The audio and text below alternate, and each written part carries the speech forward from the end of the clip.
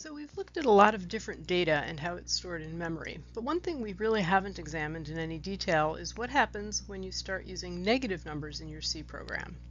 So today we're going to talk about the representation of both positive and negative numbers, how C interprets them, and how the machine deals with them.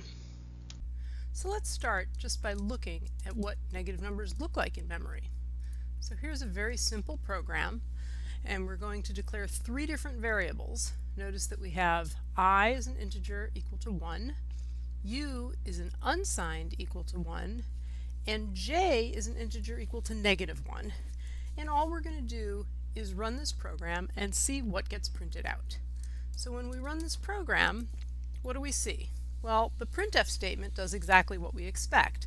It prints out a 1 for the integer, a 1 for the unsigned, and a -1 for the other integer. Now when we look at the representation in memory, it should be somewhat comforting that both the integer I and the unsigned U look like a 1 in memory. But what's interesting is that the -1 is FF, FF, FF, FF. And it's not entirely obvious why that would be the right representation for a -1. So that's what we're going to try to understand today. Let's take a look at another program. This time we're going to allocate an array of integers, and we're going to put the numbers -1, -2, -3, and -4. And then when we display it in hex, what I'm hoping is that we'll actually start to see a pattern, and we can start to reason about how these negative numbers are going to be represented. Okay, so here are 16 bytes, or 4 integers, and if you notice, here's the first integer, so that's that -1, which is FF, blah, blah, blah. Okay, here's the second one. So again, remember, the lowest order byte comes first. So this number is equal to FF, FF, FF, FE. And then here, it's FF, FF, FF, FD. And you can start to see a pattern, right? Which is that -1 was all F's, and then we went back to E. So we're counting backwards, which makes some amount of sense because we're making smaller numbers. And so here's the first question for your web work. How do you suppose -5 would be represented in memory? So don't run any programs, don't look at anything, just based on what you see here, take a guess as how you think -5 would be represented, and you might as well pull up your web work and enter it there now. So let's summarize what we've observed so far. When we look at negative numbers, relatively small negative numbers, they appear very large in that they start with FF. But, as we might expect, when we count in a pattern, the representation also seems to follow a pattern, right? F, E, D, C, B, A, we can pretty much guess what the next numbers are. So one hypothesis that we might make is that, well, gosh, I wonder if what we're doing is we're just flipping the bits. And so a positive number, starts with 0, and a negative number starts with 1 because we flip all the bits. So let's imagine that we thought that was the representation. How might we test that? What program might we write to test it? So think about that for a second. So there are any number of programs that we might write to check out our hypothesis. Let me show you the one that I wrote. So what I do is I start with two arrays, one containing positive numbers, one containing negative numbers. I first print out, using hexdump, the array of the positive numbers. Then I go through the array of positive numbers, and for each element of the array, I invert the bits. So the twiddle operator is a bit invert, change all the 0s to 1s and all the 1s to 0s. And then I print out that array once again. And then for comparison, I print out the array of the negative numbers. So let's see what happens when we run that program. So here's the original array. Here's what happens when I flip the bits, and sure enough, all the 0s have become F's. The 1 became FE because we have one clear bit here. Similarly, the 2 became FD, 3 became FC. So this really is flipping all the bits. But when we compare the flipped bits of positive to the actual negative values, they're not quite the same. And in fact, there's a pattern, right? They're off by 1. So if I just flip the bits, I end up with that. But in fact, the reality is that the E needs to be an F. So there's a difference of 1 bit there. And D to E is a difference of sort of 1 value, and C to D. So there's a real pattern here. So flipping the bits got us close, but it didn't quite get us all the way. So it turns out that practically all computers, and in fact all modern computers, use something called 2's complement arithmetic. So what we want to do is formalize what we've observed just by looking at those values in memory. And what we're going to do is say that we're going to represent the negative value of a number by first taking the inverse of the number, so that is this twiddle n, so change all the bits, and then what we didn't do last time is we're going to add 1 to it. So minus n is going to be the same as the inverse of n, flipping all the bits, and adding 1. So let's do an example here. Let's start with n equals 5, and I'm only going to use 8 bits instead of 32. So we have 1, 2, 3, 4 zeros, and then 0, 1, 0, 1. So that's 2 hex digits, which would be 0x05, which is just what we wanted. So now the first thing I do is I invert all the bits. So those 4 zeros become 4 ones. 0, 1, 0, 1 becomes 1, 0, 1, 0. So that's actually equal to a hexadecimal F followed by an A. And now I'm going to add 1 to it. And so the way I add 1 to that is I add 1 in the least significant bit. And so now I get 0xFB. And I'm going to claim that that is equal to minus 5. Now, if that was really equal to minus 5, then if I were to add minus 5 and plus 5, I should get 0. So let's see what happens if I now add 0, 0, 0, 0, 0, 1, 0, 1, which was my initial number. In binary, 1 plus 1 is 0, carry the 1. 1 plus 1 is 0, carry the 1.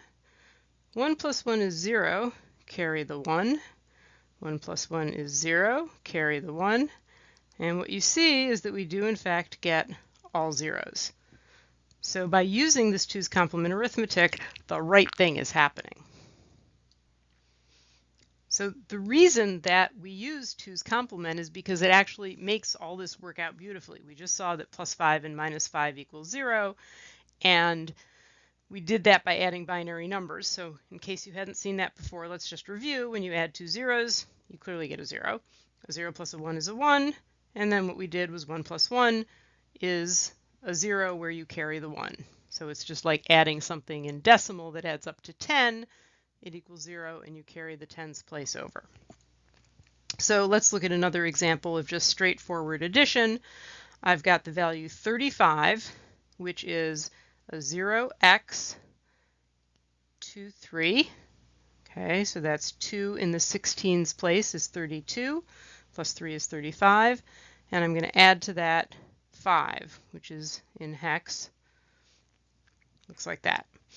So if I add these in binary, 1 plus 1 is 0, carry the 1. 1 plus 1 is 0, carry the 1.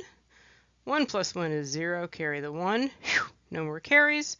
And now I can just add 0, 0, 1, 0, 0, 0.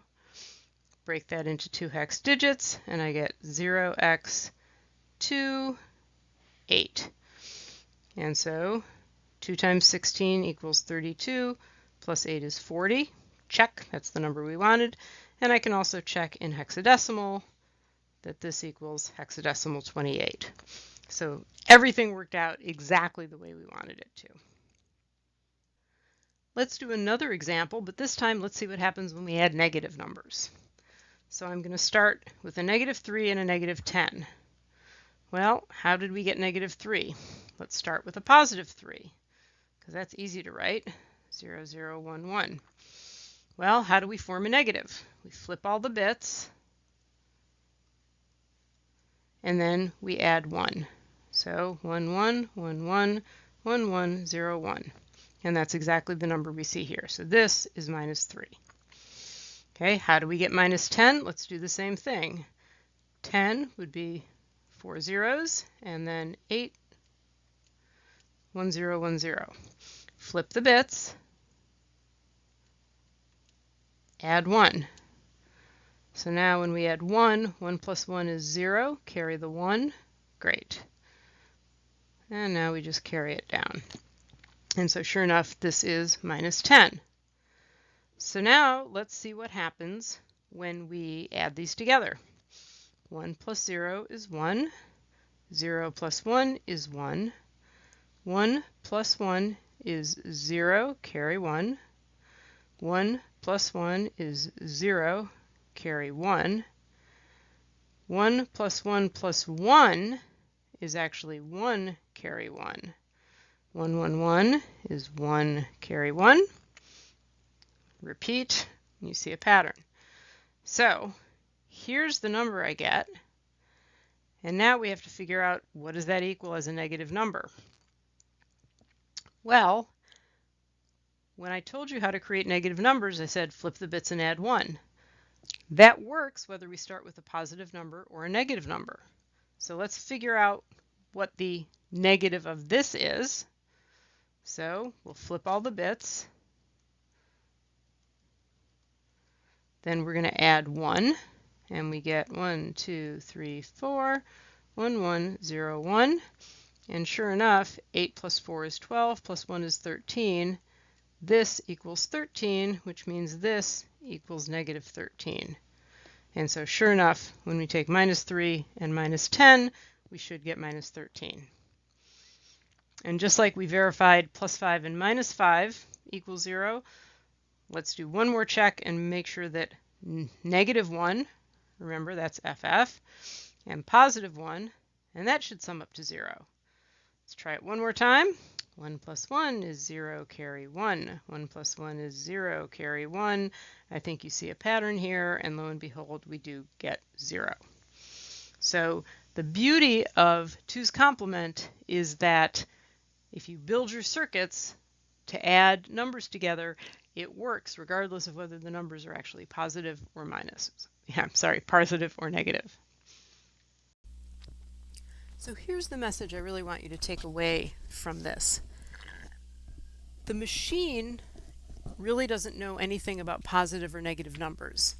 Positive and negative numbers are an abstraction of the C language, and they allow you to write programs in terms of these mathematical constructs. But the hardware just implements bits. Let's look at one final program here. So here's a program, and what I'm going to do is I'm going to take the exact same values and I'm going to ask printf to print them out two different ways. First as a signed decimal number, and then as an unsigned decimal number. So we know that the bit patterns for these two numbers are completely identical, and yet when we ask C to print them out in this way, we get very different values. So FFFF as a signed number is -1.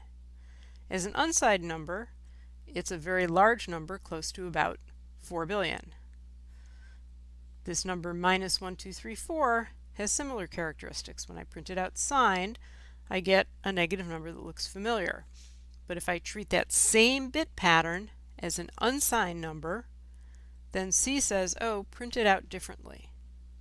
So this notion of signed and unsigned is really an abstraction in the C language, not anything that has any kind of manifestation in the hardware. And that's the takeaway from this presentation.